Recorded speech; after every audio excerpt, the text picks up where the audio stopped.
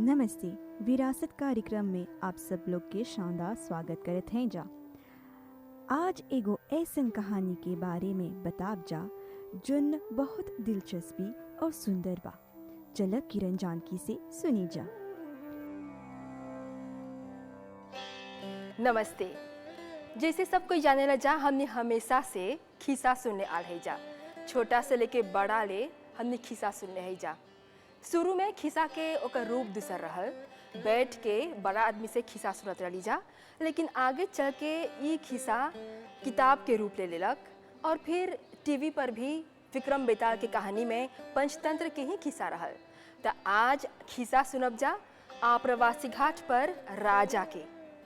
राजा एगो लइका रहल पटना में।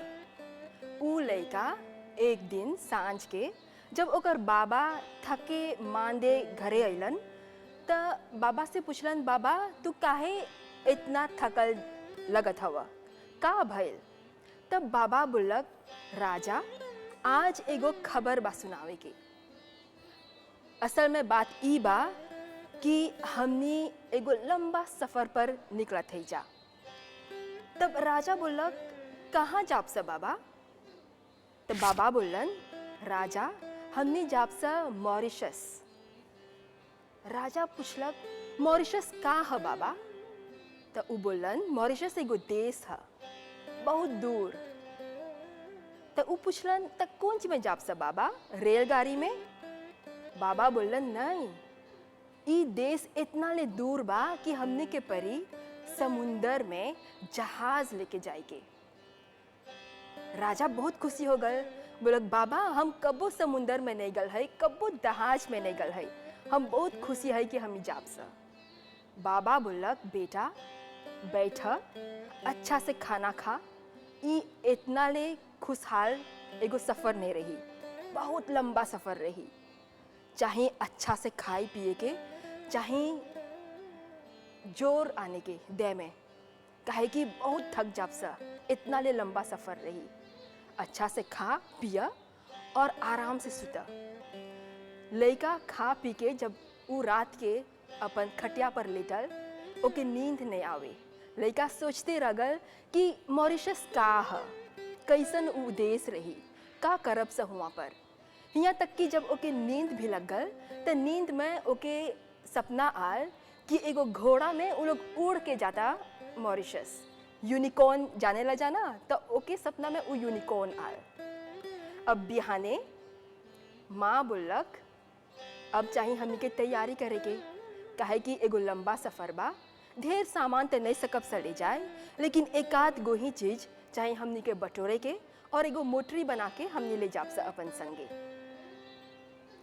तो जब सब तैयारी हो गल तब माँ बोलक, बेटा के अब जाए से आगे हमनी के चाहे चौतरा पर जाके आरती करे के, ओम भूर्भुवः स्वः के उच्चारण करे के, काहे कि हमनी संगे और कुछ नहीं रही, खाली भगवान के आशीर्वाद ही रही।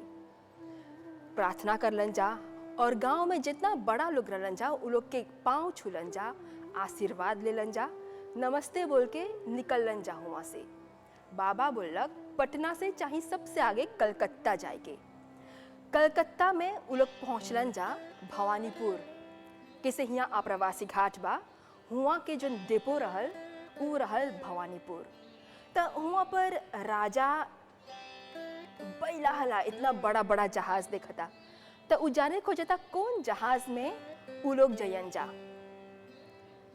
बाबा बोलक, देखा बेटा एगो जहाज लौकता हमी के सामने, ओकर नाम तोरे नाम जैसन बा, राजस्थान। यही जहाज में हमी जाब सा। राजा बहुत खुशी होल, पहला हला इतना बड़ा जहाज उ देखलक और ई जहाज में ओके चढ़े के भी मौका मिलल।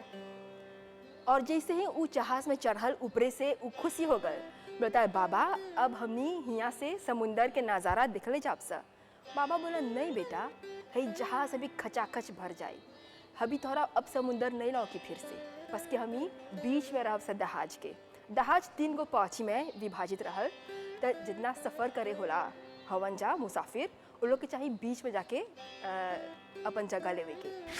अब जब सफ़र शुरू होल तो सफ़र इतना ले लंबा रहल लड़का थक गल, लड़का निराश हो गल, उब गल। उ सोचले रहल उ समुंदर देखले जाए, मच्छी लौकी, बड़ा बड़ा मच्छी डॉल्फिन लौकी और उ लोग से खेलले जाए उ। लेकिन कहाँ, लड़का नहीं सोचले रहल कि इतना मुश्किल सफ़र रही जहाँ न खाए के रुचता, न सुते के मन करता, खाली इंतज़ार करता कब उ जहाज से उ लोग उतरियन जा। लड़का के जी मचलता, बीमार हो जाता। माँ बाप लड़का के खूब ढारस बंधेलन जा। भले ही माँ बाप भी बहुत दुख सहत हवन जा, लेकिन उ लोग के परता अपने के खूब ढारस बंधावे के। कैसे न कैसे जहाज पहुँचल मॉरिशस, यहाँ के आप्रवासी घाट पर। जैसे यहाँ पहुँचलन जा, सबसे आगे अफसर लोग आए जहाज पर, देखे कहूँ कोई बीमार तो नहीं बा, थोड़ा मुआयना होल। जे जहाज में ढेर कोई बीमार रहत तो उ जहाज से कोई नीचे नहीं उतरत। लेकिन जहाज में सब कोई अच्छा रहल, थोड़ा बहुत बीमार तो रहलन सा। और जब जहाज से उतरे लगलन सा तो माँ सबसे पहला राजा के हाथ कस के पकड़ लेलक, काहे कि ढेर आलम बा। जहाज में से सब कोई जब उतरी तो लड़का सकी बिला जाए, नवा देश बा, नवा मुल्क बा। और राजा जब उ यहाँ पर आल तो लड़का के लौकता कि अब एगो नवा मुल्क में अइली। लड़का के ओकर थोड़ा जान में जान आल। और माँ भी पहला बात बोलक कि उ ई देख के बहुत ओकर मन में आस बैठल कि कम से कम ई लंबा सफ़र ख़त्म तो होल। उनकरा बुझात रहल कि ई सफ़र कब्बो नहीं ख़त्म होई। 8 सेमेन उ बातों में बहुत मुश्किल रहल। यहाँ पर जब उतरलन जा, उतरे से आगे उ लोग के सफ़ा कपड़ा देवल गल। जहाज में ही थोड़ा स्नान करलन जा, पानी उझिलन जा, कैसन स्नान।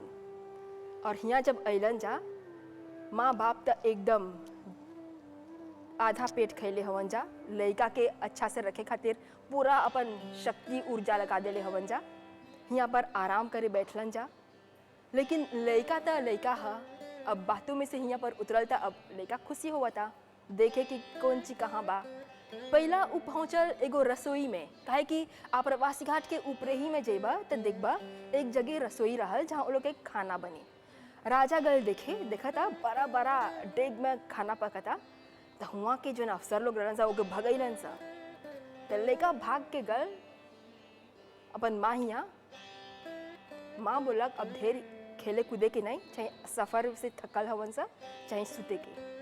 अब बिहाने फजीरे माँ सुतल ही हवन, काफ़ी कमज़ोर पड़ गल रहलन। तो बाबा राजा के बोलन, बेटा तू माँ संगे बैठ हिया, हम जाते कागज पत्तर सरिया के आवे, कहे कि हम हिये नहीं रहब से, हमी के जाए के बा अभी अपन घर, अपन कोठी में। तो तू जब माँ जग जाए तो बोलिया कि बाबा गए हवन अपन कागज पत्तर सरियावे। लेकिन उ तो लड़का हा, माँ सुतल हवन। लड़का फिर घूमे फिरे लगल। थोड़ा आगे चल के गइलन तो देखत हवन दुगो अफसर बचात हवन जा कि बहुत कोई आल हवन जा कलकत्ता से। और उ लोग के चाहिए अब शक्कर कोठी में भेजे के। आदमी लोग के मजदूर के कमी बा शक्कर कोठी में, तो चाहिए काल ही सब कोई के भेज देवे के अपन अपन कोठी में। और काफ़ी संजीदगी, काफ़ी सेरिये रहलन जा। लड़का के बुझाल यहाँ था अफसर लोग मोबे हवन सा। अब हुआ से निकल के चलते गए आगे, ओके लौकल घोड़ा गाड़ी। अब घोड़ा गाड़ी के थोड़ा और आगे लौकल घोड़ा। ये घोड़ा देख के ओके याद आ कि ये घोड़ा उस सपना में देखले रहल। और घोड़ा से जब उ ओकर भीरी गए तब घोड़ा ओकर से बचेलक। बोलक राजा तू आल हवे उतना दूर से? बोलक हाँ हम पटना से आल है। तब बोलक हमारे घर ढेर लड़का बा हियाँ? घोड़ा बोलक हाँ बा लड़का, लेकिन तोरा हियाँ पर लड़का नहीं लौकी। जब जेबे अपन कोठी यहाँ से जेबा साहबी तब हुआ पर तोरा साथी मिली और छोकरा लोग मिली। अब हुआ आज जहाँ हमने के मोटोवे बा आप्रवासी घाट के ऊपरे जो सीमेनिफ बा, हुए पर से रेलगाड़ी गुजरी। राजा के लौकल एगो रेलगाड़ी। लड़का खुशी हो गल, काहे कि नज़ारा एकदम अलग बा, पटना में ऐसे नहीं रहल। जैसे लड़का रेलगाड़ी देखलक, अब ओकर थोड़े बादों के याद आया कि बाबा हमके नहीं देखी, माँ हमके नहीं देखी, तो हमके बहुत बात बोलियन सा। लड़का दौड़ के गल माँ हिया। माँ अभी आराम करते रहलन। काफ़ी थोड़ा बीमार, थोड़ा कमज़ोर पड़ गल रहलन। त माँ के बोलन उ कौन ची देख के आल।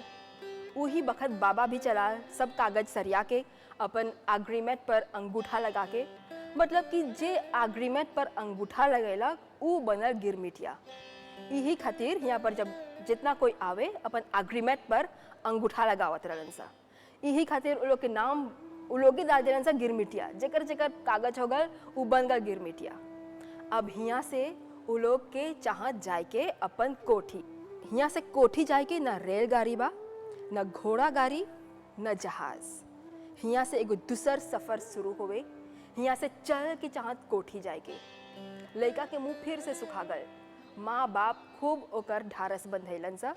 कैसे न कैसे वो लोग कोठी पहुँच ही गईलन सा। लेकिन माँ बाप लड़का के राजा के बोलन सा, ई जोन देश देखत हवा राजा, ई जोन हरियाली, चारों तरफ घास, ई जोन जंगल देखत हवा, ई सब के राजा तू ही बनबा, तू ही राजा कहलाइबा। लेकिन एकर खातिर हमने के चाही बहुत कड़ा मेहनत करे के, हमने के चाही जी जान लगा देवे के। ई देश के हमने के चाही बहुत सुंदर बनावे के। जैसन देश सोच के आ रही सा औसन त ई देश बा नहीं, लेकिन हमनी में इतना साहस बा कि हमनी सकब से ई देश के औसे बनाई। और तू निमन से हमनी के देखिए बाबा कैसे काम करी, माँ कैसे त्याग करी, परिश्रम करी, और स्नेही तू भी काम करिया। और सच में जब माँ बाबा खूब काम कर लन जा, 30-40 बरिस बाद राजा बड़ा होल और ओकर जीवन मेहनत के बाद राजा ही जैसन बनल। और आज गिरमिटिया के सब बेटा राजा हवन जा और सब बेटी रानी। त ई रहल राजा के कहानी, जोन पटना से निकल के कलकत्ता से होके मॉरिशस पहुँचलन और शक्कर कोठी में जाके खूब मेहनत करके मॉरिशस के राजा बनलन। आशा करत है कि तोहरा किस्सा अच्छा लगल होई। नमस्ते। उम्मीद है ई कहानी आप लोग के पसंद आल होई। फिरो मिलब जा। शुभ रात्रि। नमस्ते।